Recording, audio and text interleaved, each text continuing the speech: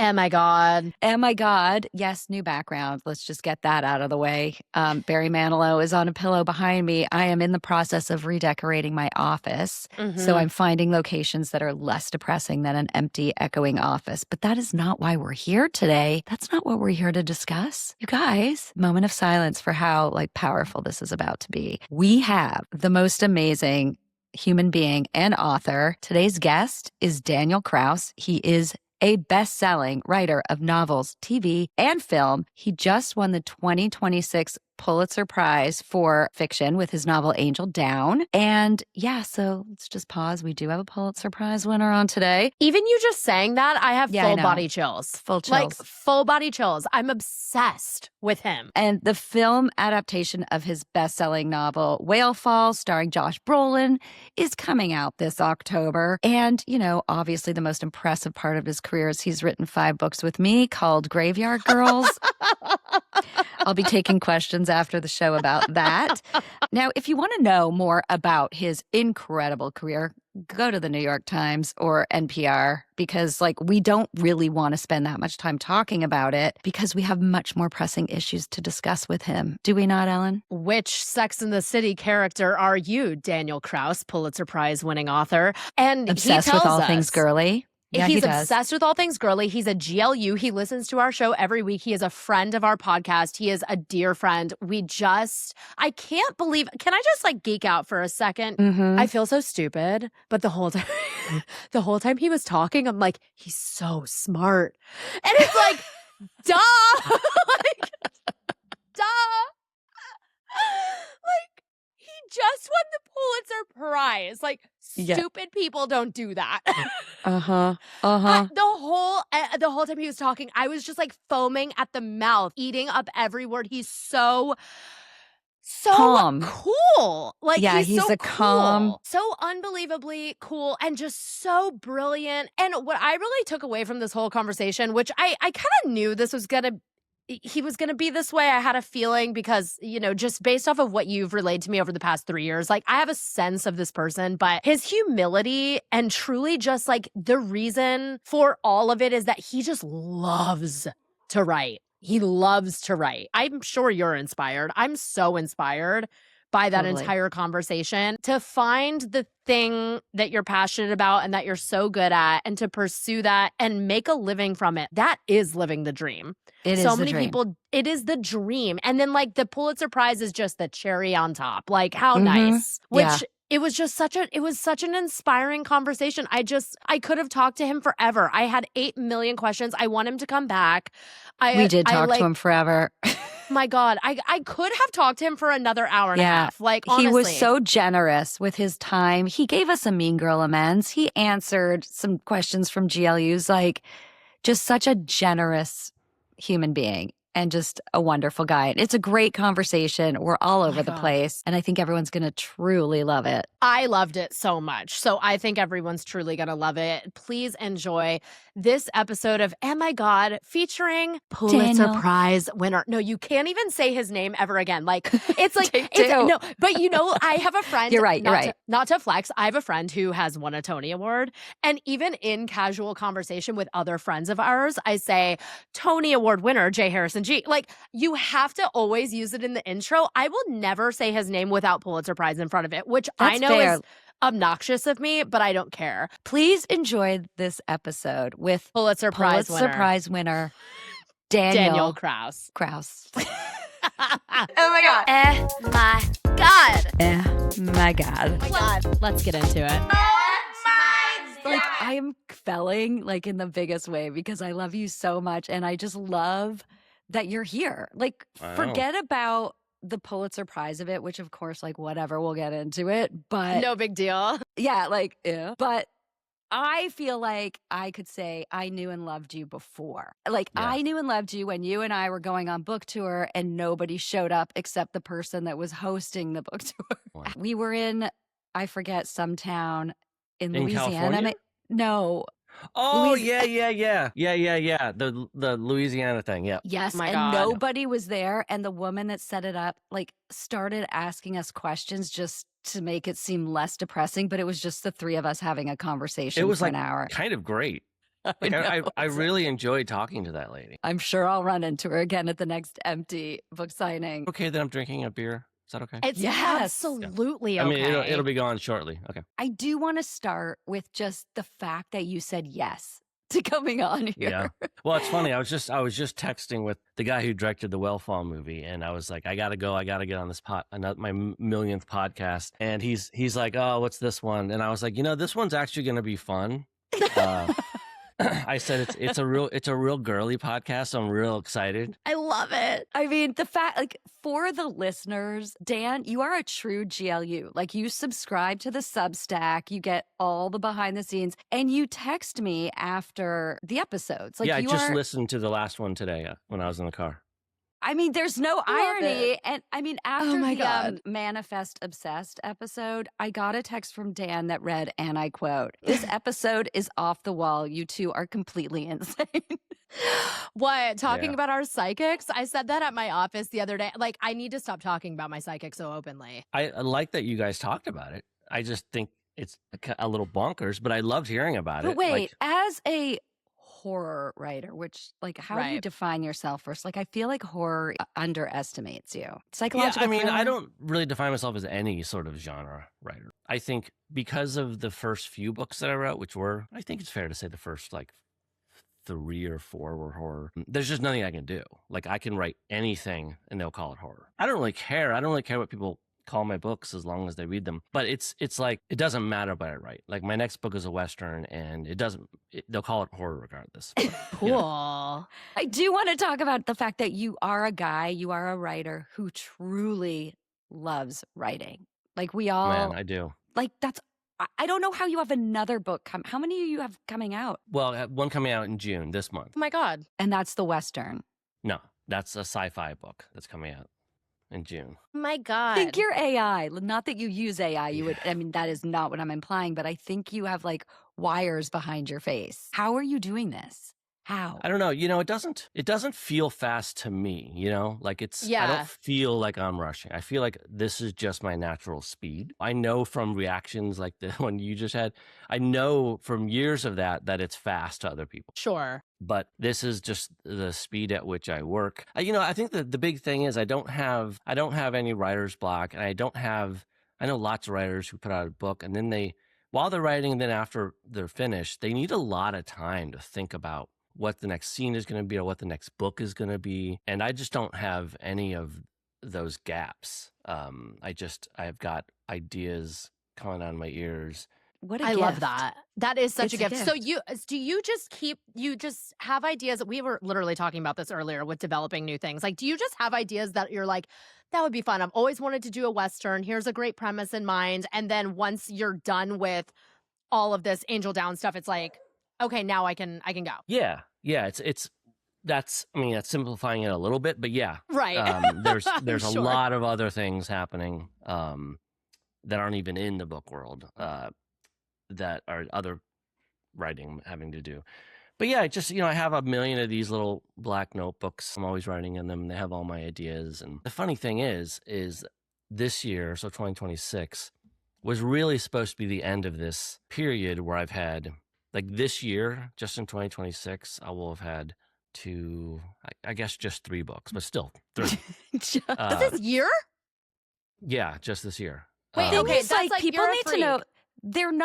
it's not a series. I mean, when I was writing series, like, it's episodic, so it's not easy to write 3 books a year, but you can because you're not creating new worlds and you're not creating new characters every time. Mm-hmm. You are writing completely new worlds every single time, and that's what is so miraculous about it. It's incredibly impressive. Every time. Yeah, I mean, there are elements of it that are like I see why it looks impressive. Yeah. But it feels relatively natural to me. It's sort of like my happy spot. Like, I really, really like to be working and like to be writing. And, I was just talking about this with someone at an event a few days ago in Pittsburgh. And there was like a psychologist or psychiatrist in the audience asking me about my sort of work. Yeah. Mental Slow. state. Yeah. And she was like, "Are you okay?" And Are you okay? Wellness check. she said it in a pretty nice way. That's And nice. I was like, it was this big event, like tons of tons and tons of people there. And I was like, I'm probably not. You know, I think Lisa and I have talked about this before. Like, there's an unhealthiness to it, I'm sure. Now, it's not that unhealthy because I love doing it. So it's like, it's what I would rather be doing than almost anything. But it is true that all the eggs are in that basket. Yeah. I would say it's how you regulate, if I could diagnose you, and it's how I regulate. So pot, kettle, black. But I feel like you and I have done presentations on this quite literally where we're like, we write because we get to control the universe. Like we get to be, everything is under our control. So when we're living in a chaotic world and we are sensitive writers, it's safer to live in a world where we control everything than to be out in the real world where we are out of control. Does any of that resonate? I mean, I know we present on that, but I'm not 100% sure how much it resonates with me. It resonates to some degree in the most dominant way. I don't think that's how I think about it, although I think there's some element of that that's true. And I think it's true for a lot of people. Because that to me, that really puts a primary focus on the ideas. Like you're coming into this space and you're creating these characters. And weirdly enough, that's not what gets me going. What gets you going? Sentences. That's it. Words. So that's what, if you read something like Angel Down or now, it's one sentence. Yes. But, I have so many questions about that. We'll get to it. As you say, let's get into it. We'll get into it. But it's more about like, you know, I keep getting, now that everyone's reading it, suddenly, I keep getting all these, what happens. All these emails and stuff about the words and how there's all these words that nobody understands, which is kind of a silly version of the truth, which is, that's all I'm interested in when I read a book, really, or when I write a book. I always use the example of, there's this book called The Mezzanine that's just, the whole book is someone just going up an escalator. That's the entire book. I don't even particularly like this book that much, but I love that idea that, like, ultimately, I don't care what a book's about. I want to be surprised by the next word in the sentence. And that change is different. We're doing Graveyard Girls, we're doing something like that. The meaning, the purpose of those books is different. When I'm writing like my like super serious, like adult stuff, that's what I'm thinking about. I'm thinking about construction of sentences, surprise of the words, being surprised by the next word is way more interesting to me than being surprised by a plot twist, which is also That's nice. really funny because we wrote 5 books together. What you're saying actually explains a lot, because I would get hung up on the plot and everything making sense and everything fitting together. And you were focused more on just like the writing of it. Do you agree? Like we did come at it from very different angles. Sure. Which made it work, but you know. Yeah. Wait, and I have a question. I need to hear y'all's origin story. Like, how did you two end up doing, what's the meet cute story? You right, because it's pretty books together. It's pretty crazy. illogical, right? Like how the hell did we meet, right? It doesn't make any sense. It is. Have you ever seen the movie? Couple. I think we talked about, it's that and it's like Valley Girl, like Nicolas Cage. Remember that movie, Dan? I think we've talked about it. So Nicolas Cage is this like rocker dude and he starts dating this Valley Girl and it is the most like bizarre connection. Perfect. And that's kind of what we have. Okay, give the story. What's the story, the origin story? Dan, would you like to tell it? Well, I can tell it the best of my memory. Okay. And I might kind of vague it up a little bit, but essentially we were more or less hired to write a couple podcasts or to write a podcast pilot, more or less. I'll step in now. So I was asked to write a horror podcast for Spotify. And I'm like, I don't write horror. I don't know. Like, I don't even know if I want to do that. And we have the same agent. And he said, I got a guy for you. You guys can do it together. He's obsessed with writing. Is how Richard explained. He's like, he's obsessed with writing. He's such a nice guy. Meet with him. And so that's how we first met. And I remember we just got along really well always, but it is an unlikely pairing. And none of that ended up working out. Like we worked on things for a while for various reasons that are probably a different conversation. Those pilots never took off. They were grounded. Go ahead. They're still circling the runway. But then we decided to we wanted to keep doing something. So we had so much fun working together. So we just pitched this concept of Graveyard Girls. We sold it off, I think, a verbal pitch or something. We just got really lucky and sold a 5-book deal off of these girls in middle school that form a club where they tell each other horror stories, and the stories sort of echo their real life, the horrors of adolescence, basically. I and love so it became a perfect pairing. He's writing, the scarier stuff, and The I'm writing the spooky. girlier stuff. Yeah.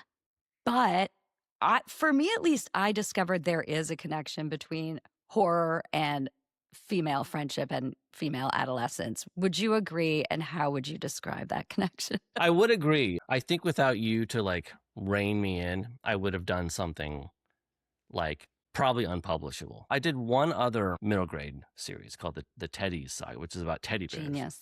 And it's like Okay. so unrelentingly dark. Like it is one of the most, and I have a high bar. Like most of my stuff is very, very dark. Sure. But the Teddies books are right up there. They are dire, haunting. Genius. And when we went on book tour, when you talk about teddies, every kid wanted to read that book. Of course. Just tell her really quickly, like, what that's about, because I think it is. Well, it's so about brilliant. these like teddy bears who they're brand new and they wake up in a trash dump. So they go on this like kind of epic journey to figure out why they were thrown away. And I should mention that even though it's true that whenever we mentioned that, the kids got really excited. It was a commercial disaster. Like it was probably Really? the biggest like nothing as far as publishing. Sure. That doesn't mean the books aren't good. It just for whatever reason, all I've done in my career, and this is poison to a career, is all I've done is take left turns. Like I've swapped genres constantly, point of views, mediums, and I have lost scads of readers at every turn and gained others. But well, who's having the last laugh now, my friend? That Again, for big sure. mistake, huge. Big mistake, huge. But also, I mean, the way that I see it is like you're a true creative. Like actually, like you want to work on the things that you want to work on. You're not working on things for a check. And how many books have you had published? I'm looking at my list. I think it's 22, 23. 29 is the one that comes out this month. 29. I've written the next 1, 2, 3 though. I mean, Okay. a beast. So we're shaking and moving. Okay, I love it. Do we talk about Angel Down? Do we get into the biggin? Well, I don't know. I mean, I don't know how interesting this will be. Let me tell you that what I find interesting about that for our audience specifically, because I know you've done the whole press circuit and everybody has been asking you probably a lot of the same questions. So I don't even want to waste your time that way. Like if people want to hear those answers, like New York Times, NPR, like Chicago Tribune, wherever, like a billion places. But we had always talked about, like, you are a GLU, you listen to this show, and we wanted to get you on, but it was always like, what is the thing that will resonate with our audience? And I think it's winning the Pulitzer, but not for the sake of winning, like, not in a literary fashion, but in a psychological fashion of just so many of us in all walks of life have this mentality of, if I just get the thing, my life will be perfect. You know, for a lot of our audience, if I just get engaged, if I just like my wedding day, if I buy the house, if I get pregnant, if I get that job, if I'll be happy when. I'll be happy when. And we learn as we get older that that's really not how you become happy at all. But like the young get to sort of assume that we're wrong and like go for it anyway. And you did win the ultimate prize in your field. And so I want to know if for you that was, oh my God, I made it to the finish line, or if it was, oh no, now there's just a new starting line, like how it landed with you through that filter of post-party depression, basically. Yeah, and I have a version of post-party depression all the time, and it usually happens right after success. I need to fully analyze it someday with a therapist that I don't have, but I'll do it. But I'll step in. That's another issue. I don't have a therapist. So clearly, I need one. Might want to look into that. But like I was at the Oscars when Shape of Water won all the awards, and you worked on Shape of Water. He wrote to it. clarify. Yeah, it was based on my idea. Yeah. Oh, okay, sick. Yeah, no big deal. So, but I'm telling you, the next Love that morning, movie. Yeah. the next morning was one of the most depressed I've ever been. God. And I don't even really understand why. I have a theory in real time. Okay, shoot. Okay. I've never done Molly Truth. Like I've never, but haven't I know either. that when you do, there is like this extreme like serotonin, dopamine dump and like all the things. And that's why it's so magical. And the next day you are super, super depressed. And I think it's because like all that surge is gone. And now your brain isn't making the stuff at the same rate. And maybe there's this like massive like high of adrenaline and all the things that our bodies make. Mm-hmm. And then it's gone. Yep. Like your body's withdrawing from the drug it makes. I like that idea because it's like something physiological and it's like there's nothing I Chemical. can- Right. Exactly. There's nothing I can do Totally. with it. I get that though. It makes sense. Yeah, so that happens a lot. And that hasn't happened yet with the Pulitzer. I think probably just because there's no Insane. ending to it. Like it hasn't stopped yet. Mm-hmm. the press of it, right? And the accolades, that kind of thing. Yeah, like it's back. insane. Yeah. Like I Yeah. have so much to do and absolutely no time to do it. But I can tell you that back to your question, it wasn't a kind of thing where I was like, I've achieved this thing that I always want. I never even occurred to me. Like this was something that was. I mean, people would ask me afterwards. They would say, "Will you watching?" Because they kind of live stream the announcements. And I was like, the slightest idea was happening. Like it just like. I know. So my question Called that I was, you. What happened? I want to hear about that, but also I want to hear about like when you're in the creative process, like when you were writing Angel Down. I'm sure it didn't even occur to you to think this is going to win the Pulitzer Prize. Of course, like you're far too normal and humble to be that kind of person. I can already tell. But did you, while you were writing it, go like, this is going to hit. This is really good. Nope, and nope. Okay, but then are there other things that you think are going to hit and be really good and then they're not? What is that? There's a mix. Like with Whalefall, I really thought this is going to hit. Like I felt like when Yeah. I was reading it, when I was writing it, I was like, this is really interesting. I feel like it's all coming together. And I could tell months before it was published, like this is already hitting with people who were reading it early. Like I could tell this was going to be big, and it was big. But I've had other ones like, the Teddies was a good example where I thought this might really do well. Like this is really different. This is bold, and no one picks it up. So weird. But, all this stuff, kind of to get back to the question once again, all comes back to like when I was in, I'd say middle school, but it was really earlier than that. I was writing, I've been writing stories since, first grade or something. But by the time I was in middle school, that's when I was being much more serious about it. I was writing like what you would call novellas today, so like short novels. And then when I was in high school, I wrote a couple like full-length novels. But the key was, and this was really important, the key was that I never showed them to anyone. It never even crossed my mind to show them to anyone. I would just write and write and write. And some of those novels were like, they're not just novels, they're long novels. And I would finish it and I'd finish. I'd put it in a drawer and just move on to something else. Like it never occurred to me to show it to anyone. And because of that, or sort of along with that, there was never any element of, I want praise for this. Like, I didn't even want people to read it, Mm-hmm. like it wasn't against it. I just didn't enter into my calculus at all. It wasn't what was motivating you. No, what was Right. motivating me is that I was having a blast doing it. That's all it was. It was like someone else who was like playing a video game. Like that's something you do alone mostly. It was like that. That was just something I was doing. And that is still how I write today, where I write these books and they come out and I very rarely, I'll read like a New York Times review or something, but I generally don't read reviews. I have really generally no concept of how the book is landing with people. I eventually kind of glean, or if I get royalty checks, that's my sign that, okay, this one's selling or something like that. Yeah. I can really relate to that. It's true. I do. I totally Yeah. relate to that. Yeah, Yeah. I've never looked at a sales statement in my life. I know they get mailed to the house, but I don't. What good is it going to do me? Just throw it away. Right. And like Right. you can pretend to be able to understand what they're telling you and like you don't. So that's no. Yeah, I'm the exact same way. Yeah, I remember when one of my books like ended up on the bestseller list and I got the call and they're like, "Well, you sold 3,500 in 1 week." And I'm like, "Is that good?" Like I had no idea if that was even like a number. I was like, whatever. I remember there's an exception. There was one time I co-wrote a book with George Romero, and he was the guy who had died, and I was finishing this book. Hero of mine. And because there was another entity involved that I needed to do goodbye, that was the one time where for the first week, I needed to investigate sales numbers because they were asking me for them. Right. And I don't remember what it was. We'd sold like, 10,000 copies or something. I was like, oh, wow, that sounds great. For 1 week, 10,000 copies sounds really great. But the people I was working with who generally work in movies were like, oh my God, this is a disaster. 10,000 copies. This is the worst number I've ever heard. And I was like, no, you don't get it. It's like, this sounds good. That's huge. That's hysterical. Huge. Do you love working on movies? Because you do that too. Like, do you just love to like lock in and be alone at your? Because working on a movie is such a different thing, and there's so many people involved and so many egos involved. I presume and imagine. Do you enjoy working on movies? I do. It's never going to be my primary thing, although I'm doing a lot of it right now, which is part of the schedule problem. But it's really fun. Like to me, it's a completely different part of the brain. It doesn't resemble novel writing at all. I'm always going to love novels more. They're much more satisfying in the end. And I think that's because novels are about words and sentences, like I said, and screenplays aren't. They are really about ideas and dialogue and structure.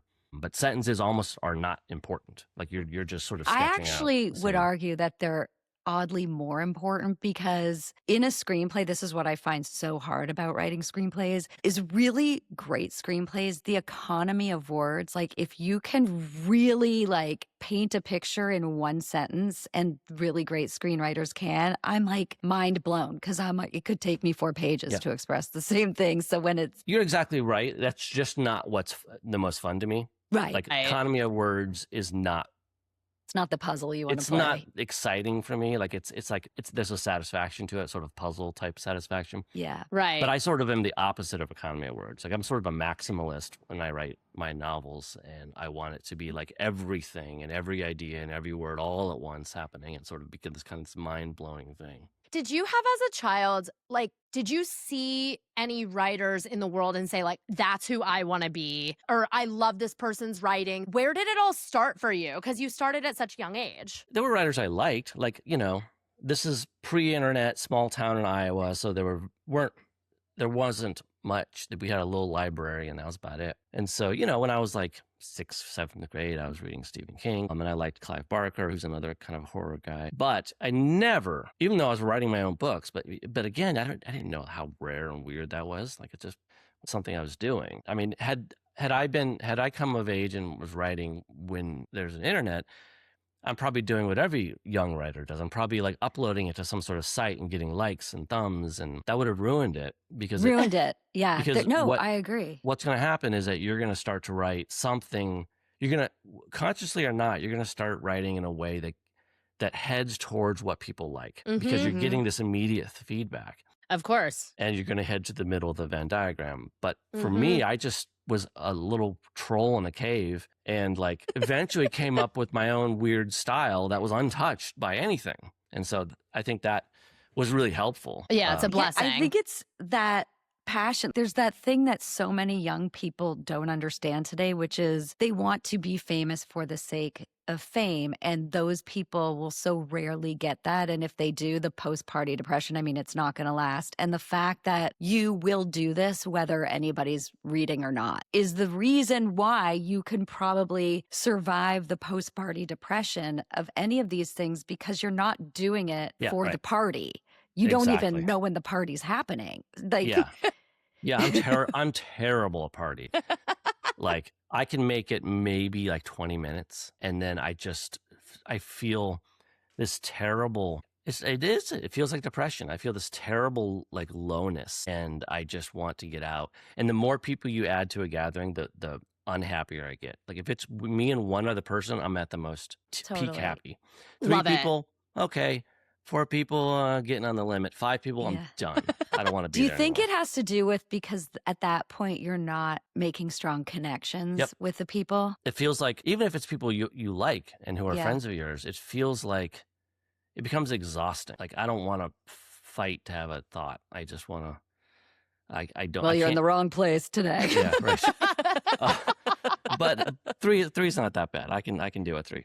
Well, it's funny. Lisi and I have talked about this so many times. Like you've said, I don't know how many times, Lisi, that the thing that you're kind of insecure about is how introverted you can be. But this thing that you're kind of insecure about is really your superpower, because most people cannot lock themselves in a room and write for 10 hours straight. I mean, like I I mean, I don't know. I don't know if I could, but I definitely would be like, oh my God, I haven't talked to anyone in so long. I would feel crazy. And like, y'all have no issue doing that. And so I guess I want to ask you also, when you're writing, do you just get so locked in and so in the world, and then you look up and you're like, I've been sitting here for 7 hours? When it's going well, yeah. Yeah. Like I always know the faster I'm writing, the better it is. Like if I barely know what I'm doing, then it's going to be great.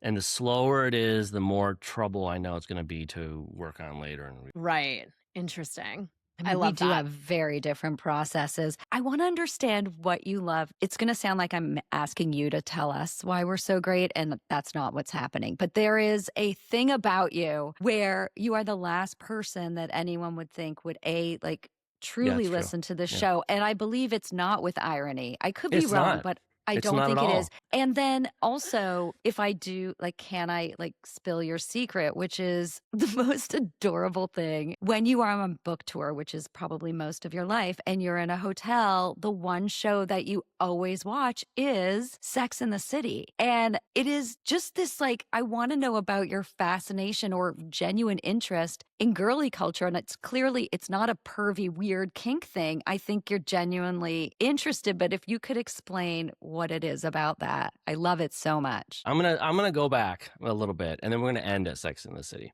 because I want to explain the best of my knowledge, why have always sort of been into girly stuff. I'm using that word in the most affectionate way possible. And there's two things I can remember from my childhood that really, when I think about books and reading and stuff, that are almost more palpable to me than anything else that happened in the arts. There's other things. There's some movie stuff. I've written a whole book about this movie I'm obsessed with. But I remember in that period where you become an independent reader, and it's you're just mowing through books. It's exciting just to chomp through them. It doesn't even matter how much you're absorbing. It's the quantity almost that's exciting. And I remember running out of books. I had read everything, and maybe I couldn't get to the library, whatever.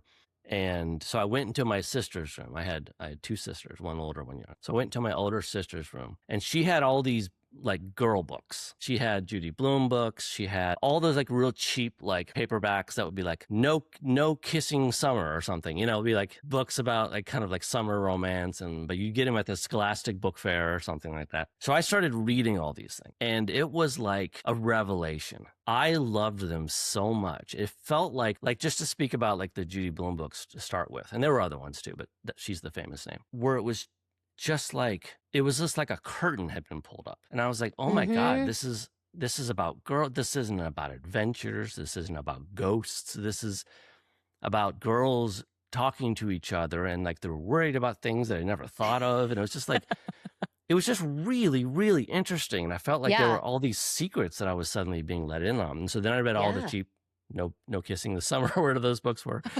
And I found those fascinating too for similar reasons. I was like, someone wrote a book about this?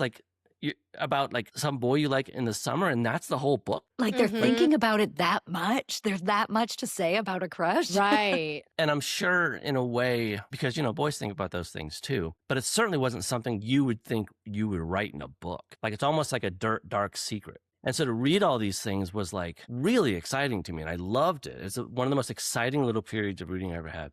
Did you hide the fact that you were reading your sister's books? I never told anyone. Yeah. I would read one, and I'd take it back and put it in a room, and then I'd take the next one. It's such a sweet story. I understand the real benefit. It's a portal. And curiosity. Yeah, and curiosity. Because I'm even thinking about books about even A Stand By Me, I guess The Body by Stephen King. They're not talking about girls, really. They're on an adventure. This group of boys, it's all about their friendship with each other. It's very plot and adventure driven. So I can imagine that, reading something like that would be kind of mind-blowing. It was so low stakes in a way, because there were no deaths, there weren't the murders, there weren't and to spaceships. us, we're it's the highest stakes. Well, exactly. Ever.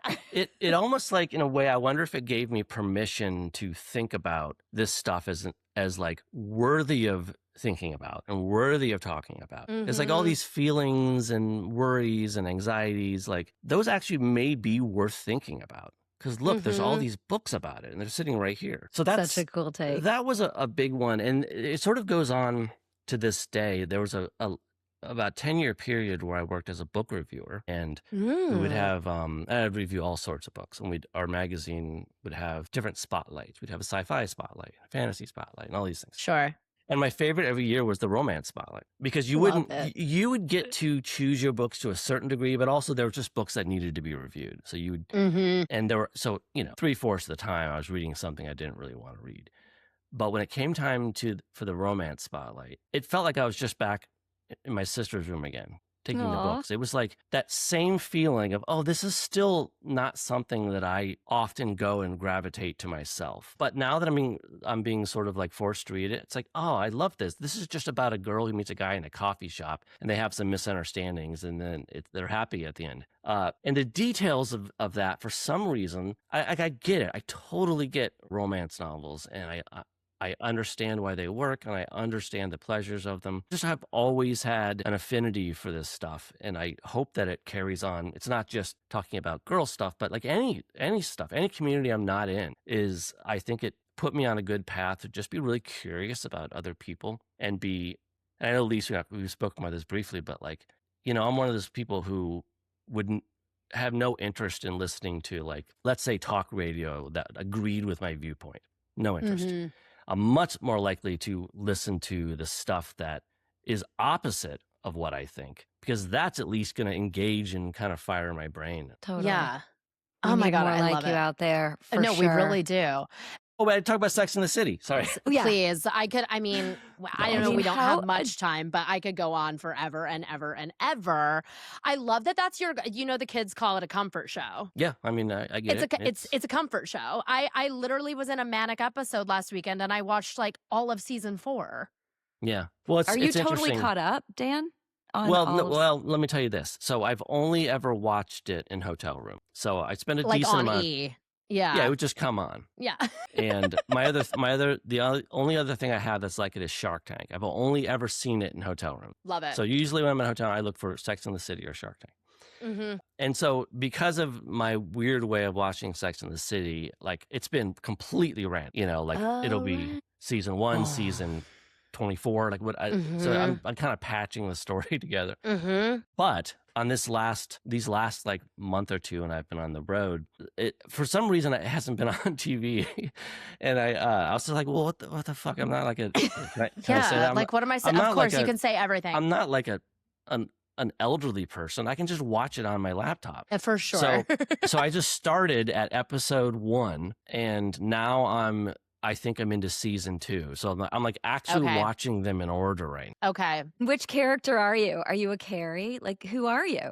I can Who do you identify let me with? speak a bit about them. I don't know who I am. Like, I have feelings about all of them. First of all, I think they're all just terrible. Like, on the top level, I love this so they're much. all so shallow. I kind of love them, but I also think they're all just like, what the fuck are you guys talking about half the time? Do you think that about our podcast also? No, I really don't. I think you guys are a Lies. far cry from these 4 women who have apparently soulless lives. But anyway, they're fun. They're fun to watch. I first started watching the show. My first thought was the dark-haired one, Charlotte. Charlotte. She to me is the one I find most like physically attractive. Like, I think Charlotte is just really, really She's beautiful. beautiful. All men say this. This is like the take. This is the common She's like take. girl next door beautiful. She's Classic like beauty. accessible. Yes. Yep. Yeah. But obviously Very she's classic. kind of, I'm definitely not Charlotte. I feel like you're Miranda out of all 4 of them. Well, hang on. I might love not disagree Miranda. with you. Samantha. No, I I'm feel not like Samantha. No, Samantha's too definitely not extroverted. Samantha. Well, the only thing that- you have in common with Carrie is writing. Like, she does write. She's also the worst writer in the world. Like, when she has her, like, is dating the new World War II? Or what the fuck are you writing, woman? It's like her my snippets of her God. column. They are inane. That is She's amazing. a horrible, horrible writer. Black out on all of her writing stuff. I think the writing of the show is so great. Like the dialogue, it's so quick. It's so fun. It's really fun, yeah. It makes me laugh out loud. Like I think the writing is so clever and smart and just like really fun. But yeah, like when I think about the articles, I'm like, what are you saying, sis? Yeah. I think But it I is a might be a product of the Carrie. time it was made. It really Yeah. is. I mean, that was such a vapid time in a vapid. lot of ways. Pop Yeah. culture was just Yeah. that. It Who was are you, so- Lisi? Well, I can only say who I am by process of elimination of saying Yeah, who that's I'm kind of how not. I feel. Right? Yeah. Like Yeah. I'm not a Charlotte. I'm not a Miranda. I'm not a what's her name? Samantha? You're a Carrie too. You two writers, you're Carries. You I just mean- Okay, are. so Ellen, what are you then? I'm a Miranda Carrie Rising. Okay, all right. Miranda do we like? I can't stand I love Miranda. She's my favorite. She's hands down my favorite. And also she's What? the one she's the one that fights with Carrie and tells her that she's the honest to a fault always. And that's kind of always been my role in friendships where I'm like, you're not gonna like what I have to say, but I'm gonna say it. Well, I feel like if we went out, I'd be like, ugh, does Miranda have to come? She's such a wet No. blanket. Oh, she's like a Harvard educated attorney. She has her shit the most together out of the four of them, hands down, in terms of her career and all of that. Like, she's totally independent, smart, driven. Like, not that I'm that's why I'm a Carrie Rising, because I'm kind of a hot mess. So that's, I don't have any of that going on, but her directness and her loyalty, I think she's the most fiercely loyal out of the four of them, too. Yeah, she's probably the best person. The reason the show works so well, though, is that I don't care which character they're focusing on. I'm sort of into it regardless. Like, regardless of who I like or who I don't like. I enjoy all their stories. Season 4 is the best season. I'm just going to tell you right now. All right. All of my favorite episodes are in season 4. I do know all of the titles. I can send you I've a probably list. seen half of them. I just don't know what order they come It's Aiden 2.0. in. Aiden. Is he? When Is, Aiden comes back, John Corbett. He's like the man of this, like, salt of the earth guy. Ugh, Not the big. best. you know what episode I've seen a million times? It's just always on when I'm in hotel Yep. rooms. Tell and me. it's so appropriate for me Mhm. because it's when she gets together with some writer and she Mhm. says an offhand comment about a scrunchie. He Burger. describes a Of scrunchie. course. Pick a little, talk a little. And he takes Season it. 6. He takes it real. He can't like let it go. I've seen that Yeah. episode like 5 times. See, My this is where, God. like, that's, if I would give you one episode to watch, it would probably be that one. So I Yeah. love that that's the one that you've seen that many times. Yeah, the burger era, that's my brother's favorite era of Sex and the City because it's so uncomfortable. hmm It's so uncomfortable. Their relationship is horrible. I'm like, this makes me think about every guy that I've ever gone out with who's insufferable. Like, I don't want to watch this. But but my brother's like, it's the best. It's the most interesting because it's so uncomfy. Yeah, hilarious. Do you like the clothes at all? Does that even like resonate with you at No. all? Not at all. Not at all. You don't even Um, see them.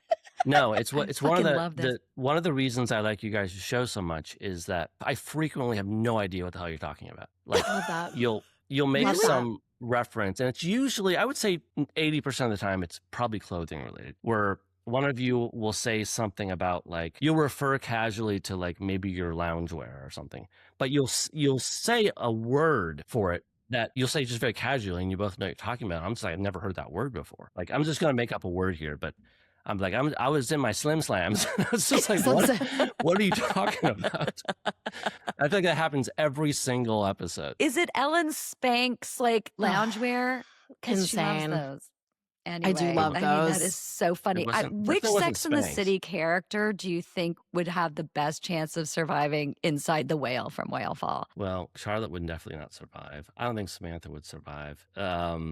I guess I'd go with Miranda. I think would she too. might- Gotta be Miranda. It would definitely be Miranda. Mhm. The Yeah. one that everyone hates because she has like short hair. And like when we were growing up, it's like no one wants to be the Miranda. And I'm like, I want to Or be like Miranda. on Charlie's She- Angels, no one Yeah. wanted to be like Kate Jackson or whatever. No, and I'm like, I want to be the Miranda. She bought her apartment. Like she like has her shit together. That's who I want to be. I don't want to be Carrie who like puts her clothes in her oven. Like she's a disaster. God, bet her clothes. Okay, let's move on because Dan, I'm sure you're like, I'm gonna kill myself at this I have to point. go. No, I'm having a great time. Okay, do you have a mean girl amends for us? Do you know what the mean girl amends is? It is when we've all at some point in our lives done something that we are ashamed of and that we regret that falls in the mean girl bucket. And since you are a GLU, I would like it if you wouldn't mind sharing your mean girl moment, and you can make an amends and you'll be absolved. Yes, I do have one, but I want to start with saying that it took me a long time to figure out what GLU was. Like, Oh, no. I think there were a lot of episodes. Maybe I just missed it, but there was a while there GLU. where I was just like, I have no idea what a GLU is. And Which so is crazy whenever you 'cause you text, are I'd be like, you're the one. best GLU. You'd be like, it's a girl like us or a guy like us I get it or a now, gay yeah. like us. Or a it's gay anything. like us. Yeah. It's Yeah. inclusive. So I wish I had kind of a fun one. Instead, this one just depresses me. But Safe space, I know safe I space. shouldn't even say it.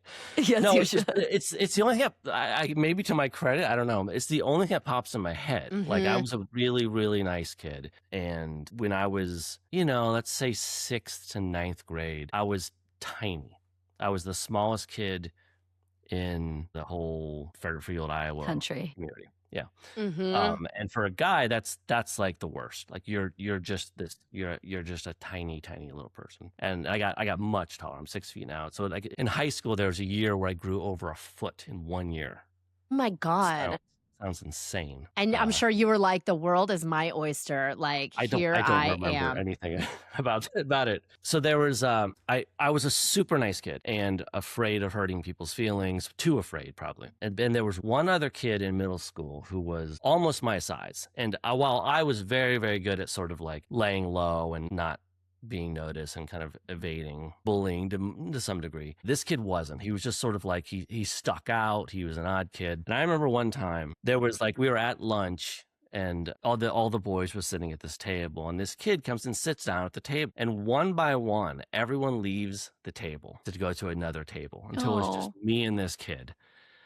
And had I been a better human, I would have just fucking stayed there, had lunch with them. And I did for a bit. Okay. And then I was like, well, it's time to go. Because after you eat lunch, you go to recess. So I was like, well, my time to go to recess. And but I hurried it though. Like I could have stayed there for another 15, 20 minutes, but instead it was like 5 minutes. I eat my food and I'm gone. So I didn't go sit with the other boys. I didn't take it that far, but I did leave. Yeah. And I wish I could have been a better person. You are so absolved. That is like the lowest stakes Mean Girls amends ever. Some people have had some, myself included, that are so insane and vicious. Like, oh, you left a boy like a little early. Like you stayed most of the time. I know. You're a horrible person. This makes me love you even more. I think this makes me think you're even nicer. I don't. No, it's crazy. I would really wish I had a juicier one, but I just don't think I do.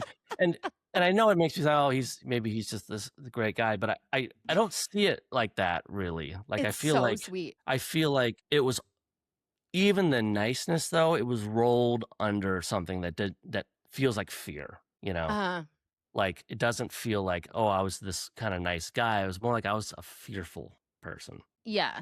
Because you knew your intentions, so you knew you didn't want to be there and it was a struggle, but to him, he might have thought it was really nice. Maybe. Yeah, I mean, I never considered that. Like maybe he's somewhere out there thinking, there was that one guy who sat with me for 5 minutes. What if he's a GLU and we can like really bring you two together? This is beautiful. That is very, You're very absolved. Sweet. You're absolved. All right, You're thank you. completely absolved. Okay, we need to move on to our State of the Union. No, ask a GLU. We have a girl that asked a question. Oh my God, we have a question specifically for you. Which again, he's like, I'm being held hostage. He's like, no, I want to hear asking for help. Okay, so this is our weekly advice segment called Ask a GLU, where one of our GLUs, meaning a girl like us, writes in with a question. And this week is very exciting because a GLU has written in a question specifically for Pulitzer Prize winning author Dan Kraus. So this question kills me because I just love the GLUs. Ashley says, now that you've achieved your dream, what's next? Does everything after that just feel futile and not the same? Like buying suede boots in June because they're on sale instead of buying them in peak September? This is a perfect question. Like, I love that because, like, that's exactly what I'm talking about. Like, I don't have any idea what she's talking about. Something about boots in, like, a month of the year? Like, what? I'm crying. What is she even talking about? I'm choking. So that's funny. Like, that's funny. I laughed out loud when I read that. Yeah, I'm like, I love her. Good job, Ashley. But but in other ways, without mentioning boots, like people have asked the same question to me over the past few weeks. And I think what sort of the underlying question really is like, how is this going to change things for you? You know, like, are you going to change how you write or what you write? Or how is this going to affect you? Or is it just like you should just stop? I mean, the thing is, I've got like 2 other books already written. So it's like, there's no stopping the train at this point. Like this book I have coming out this month is the wildest, most insane follow-up to a Pulitzer book ever. Like, people who just got on the Dan Kraus train for Angel Down, half of them are going to read this book and throw it out the window. Like, it's so... That's great. It's Why? so... It's just like, it is the most disturbing, most creatively unsettling and unnerving and disgusting thing I've ever read. And it's just like, it's just a hilarious follow-up in a way. And the joy of the Pulitzer is that if it's that dark and insane, it might never have sold, or at least won't sell for as much as it's going to now. So the Pulitzer paved the way for this next crazy book. Like, the timing was kind of perfect. The timing's good. So yeah, so the answer is like nothing is changing. Like, I already have so many train cars on this track that are in motion, 2 books done, another like 2 or 3 books I have to write, that there's not time for any sort of alteration. Even if I was like, this is it, I'm going to stop here while I'm ahead, I can't.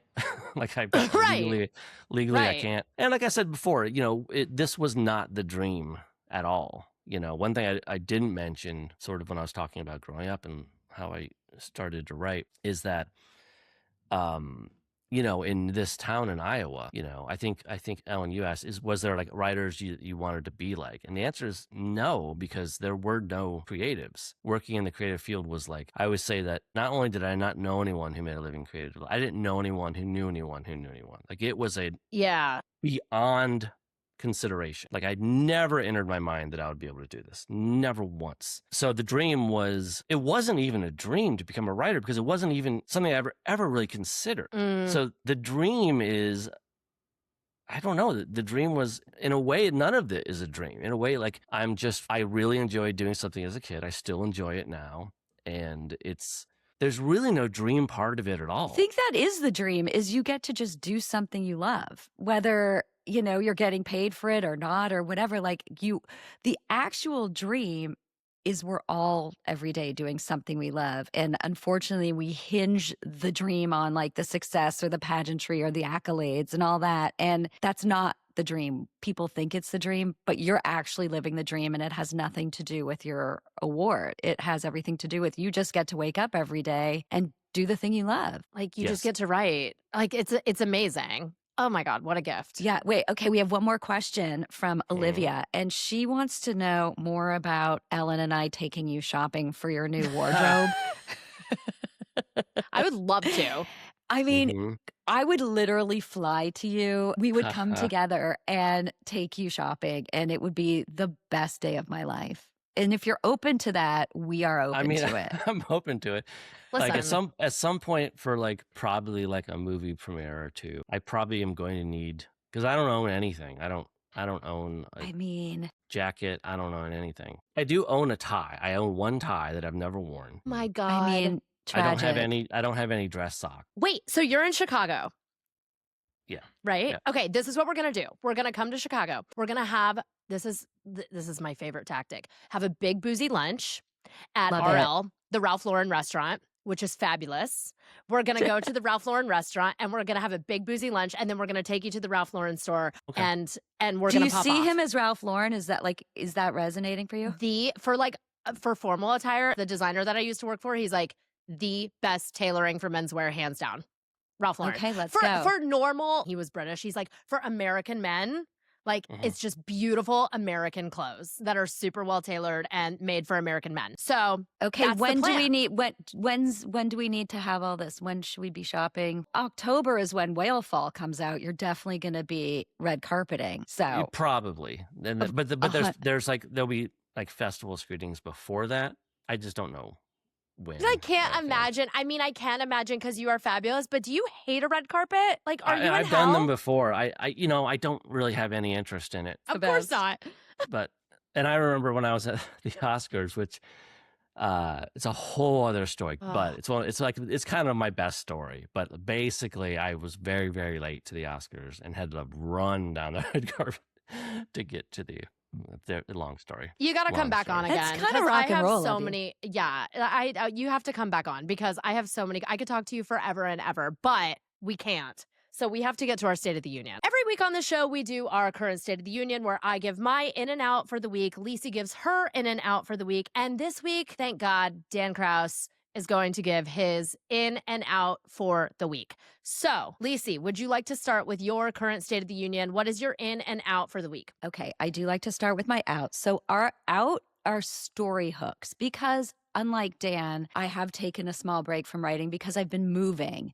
So I have not been sitting down and writing. So story hooks, I haven't really been thinking about any. So story hooks are out. And this, my friends, is a purse hook. Purse hooks are in. Do you know what this thing is? You don't look very excited. This has changed my life. You hook it over the passenger seat of your car and you hang your purse on it. So I don't know how many times I've stopped at a traffic light or because I've almost hit somebody and my purse flies off. Everything falls out on the floor. It's a nightmare. I ordered these purse hooks and it's a game changer. So in purse hooks, out story hooks. Incredible. So my in, so top of mind because this is a movie you've been hounding me to watch for ever, years, literally. My in is Beaches, which I just watched for the first time and I loved it so much. Like, I couldn't believe how much I loved it. I've been thinking about it for 2 days. It was incredible. Everyone should go watch Beaches. It's streaming now on Disney+. And my out is Bitches. Yep. I've had it. In, Beaches, out, bitches. And I don't think I need to say anything else. Dan, what's on your in and out this week? I will say that just sort of improvising here, I also would like to go out with bitches. Yeah. Okay. Who Great. wouldn't want to go out with bitches, you know?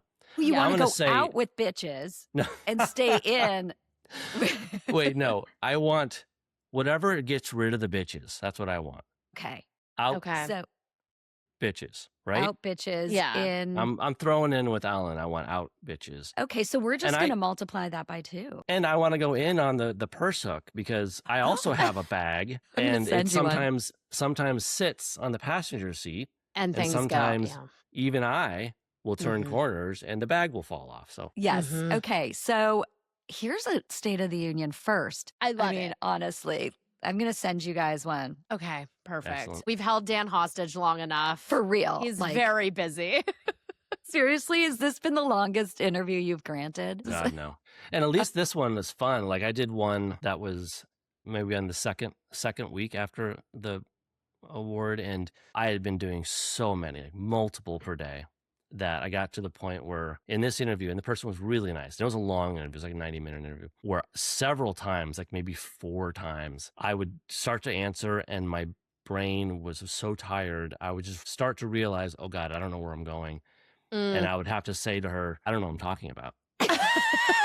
It's a word salad. Yep. And she would be Just- like, don't worry about it. It's okay. It's okay. We'll just go to the next question. And it happened repeatedly. So My that God. didn't happen here. Wait, I'm going to be so annoying. I have one question, truly, like just genuine interest. So in Angel Down, which is all one sentence, you are using question marks, and that was clearly a choice. And I want to know why those punctuations you allowed it. Like you do question mark, comma, instead of just eliminating the question mark, because isn't that Well, let the me end of the explain. sentence? It's it has to do with dialogue. So Okay. I had to make a choice at some point. Like when I do dialogue, do I ruin the reality of dialogue and make everyone speak in one sentence? Because that's not how people speak. And so when there's dialogue, and there's not a ton of it in the book, and the dialogue is just sort of packed into these, paragraphs, the dialogue can have punctuation because it has to sound like real dialogue. As a shorthand, because they don't want to explain everything, people just say it's one sentence. And it's all packaged inside of one Yes. sentence. But Sure. dialogue It's wild. can have periods inside a piece of dialogue and can have question marks. So there you go. Perfect. Thank you. My It's God. a phenomenal accomplishment. You as a human being are a phenomenal accomplishment. I adore you beyond words. And I'm just so grateful that you gave us your time. Tell people where they can find you if they want to be further obsessed with you. DanielKraus.com. That's it. Okay. DanielKraus.com. You're on Instagram. You have socials. Yeah, but I want to get off, so I don't want to Ay, ay, ay. send too many people there.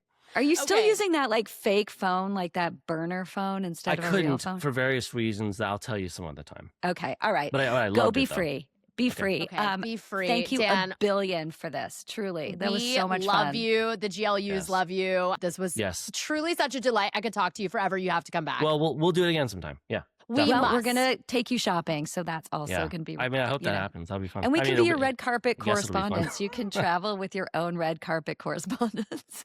Thank you so much, Dan Kraus. We adore you.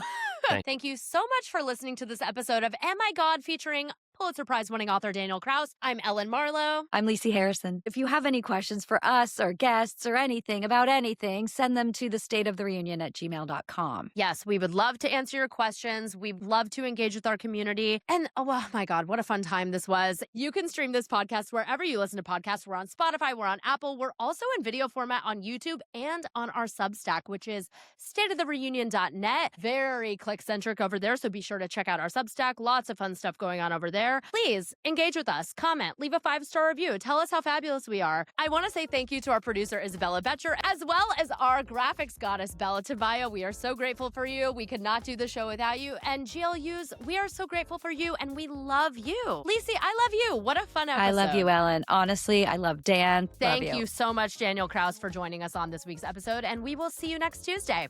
See you next Tuesday. Love you madly.